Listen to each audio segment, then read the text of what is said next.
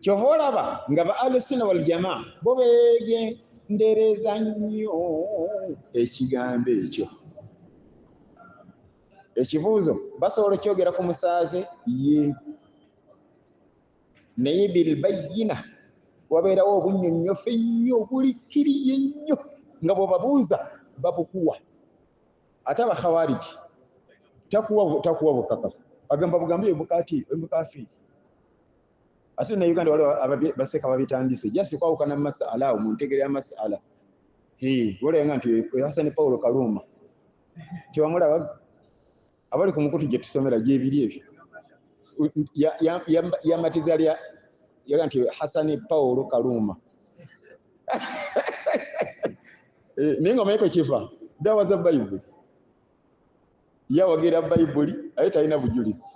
Nze ndeeta obujulizi, yali amutuuzako obujulizi nga buyitiridde, yagamba Hassan Paulo Kaluma. Ate munaye basiru yaddukira mu Qur'an, yamanya bajja musaba obujulizi n'aleeta, yagamba suratu Nas. Allah kasita agamba nti minal jinnati wan nas, ngoma wana wali minal jinnati wan nas watikaho Hassan Paulo Kaluma.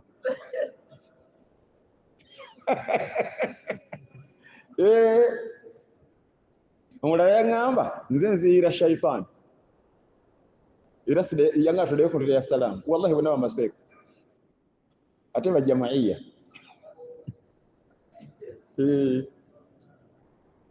Okaafuwaza abasiraamu awatali nsonga nnambulukufu kikola si kyaba Ahlusunna wal Jamaa, wallahi si kyaba salafu, wabula kyaba Khawariji. Era bo abasalafu bakitiira ddala.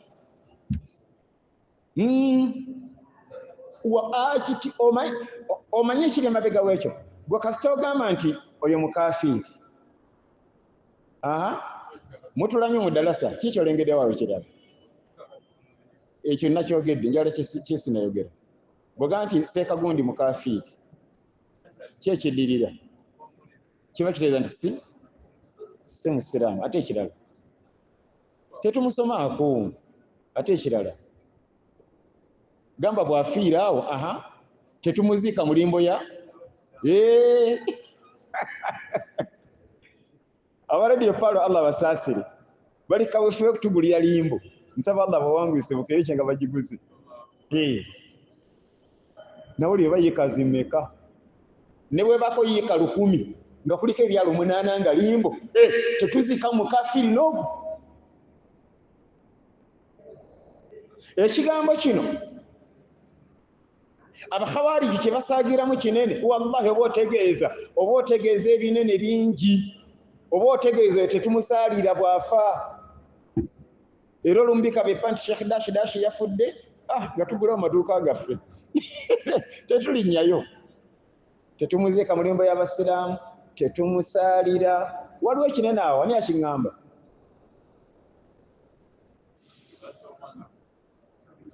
Nga sinakyogera.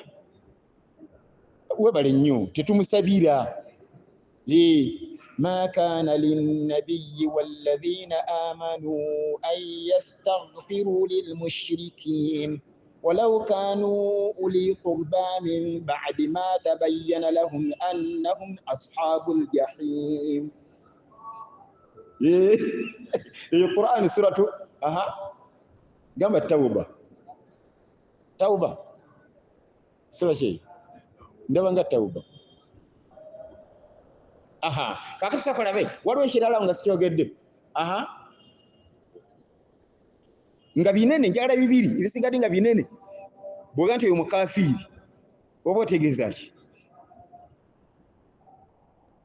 Obusiraamu bulaga ki? Mbaka tuga nti man baddala diina faqtuluhu, ava mu busiraamu mumutte. Oba otegeeza nti sheekh oyo talina nsingo. Olaba okumanya Abakhawariji tebategeera ddiini eno. Okafuwaza otya omuntu kyeyenoonere awatali nsonga? Wasigadde kimu.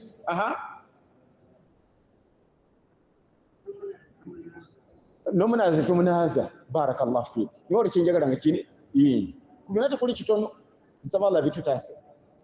Olaba otya n'ofa ne batakunaaza ne bakuzika n'ennajisiyo ne batakusalira ne batakuzika mulimbo y'abasiraamu bantu babeno shekhe yafudde wamanyi tumutwala nkoowe bagenda okugira nti apa mututerusaze banonyeza limbo egatta bataddeawo kati wali kyesoogedde naye nga nkyagalamu omwe singa omusiraamu akaafu olaki ekiddiira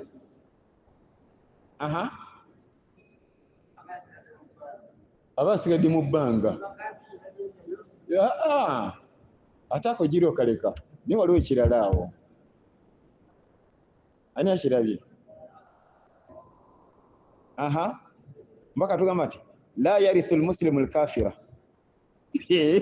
omusiraamu tasikira mukafiri wala alkafiru almuslima n'omukafu tasikira musiraamu nekitente okulangira ku sheekh obukafiri oba otegeeza tasika ate tasikirwa aye tasika amakulu oba ogambye nti bwafiira awo abaana be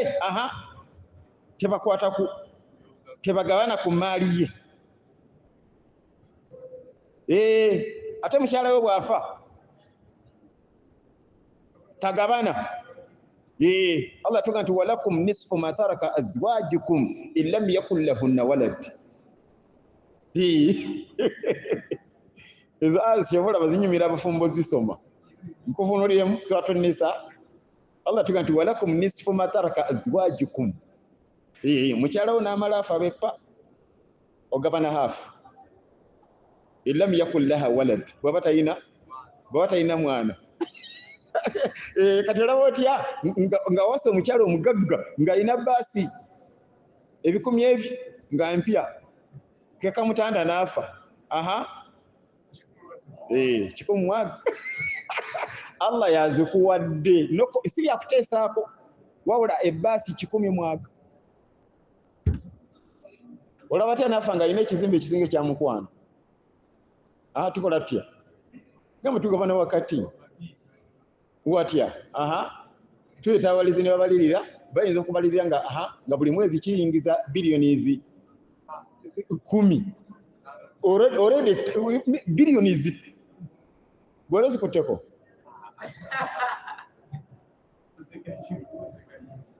billions solo gitwali ya musawo wano nga bwetaneetane billion neteekawo nti mukanzu wano nempakirako neno 20 sigendeka tezijamu ate mu box yagondi box ya sabuni billion ijamu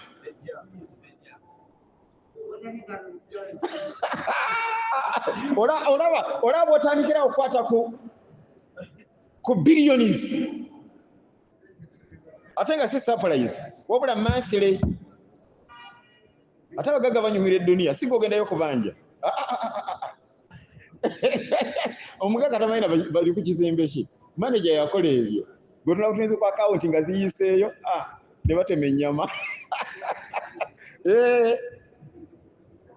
kati olaba okumanya okukafuwaza kinene olwakyo mbaka kigaana oluganda kafuwaza okwekyeyononere okwaba khawariji oba otegeeza nti mukyala we bwafa tasika tetumukombya wadde 10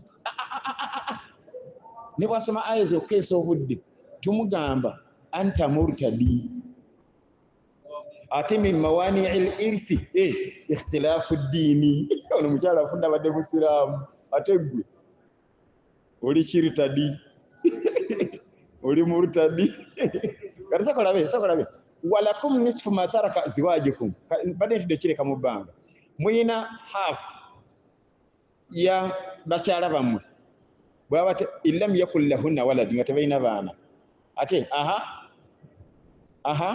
walakum rubu'u omwe abadde atidde omwayinza okutyaga nti ekiteeza mukyala wange wafanga alina abaana nviiriddemu awo Allah yatuga nti walakum rubu'u ate mwina kimu kyakuna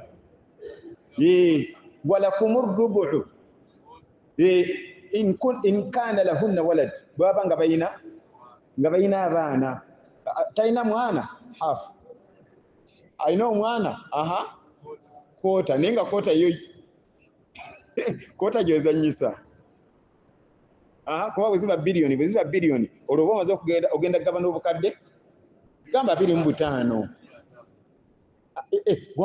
bikimibeka subhanallah ekicheze emotoka mbange ngenda kuvuga eriko linnya lyange sivuga bulamba namba buno kakati omuddu bwakaafuwala byonna ebyo ebizito bimutuulako waliyo kimu kyennengedda ni akirabye obufumbo mye n'omala olutadda beppa obufumbo bwe bukoma olina abakyala bana bonna mufuti abalagira ne badde waabwe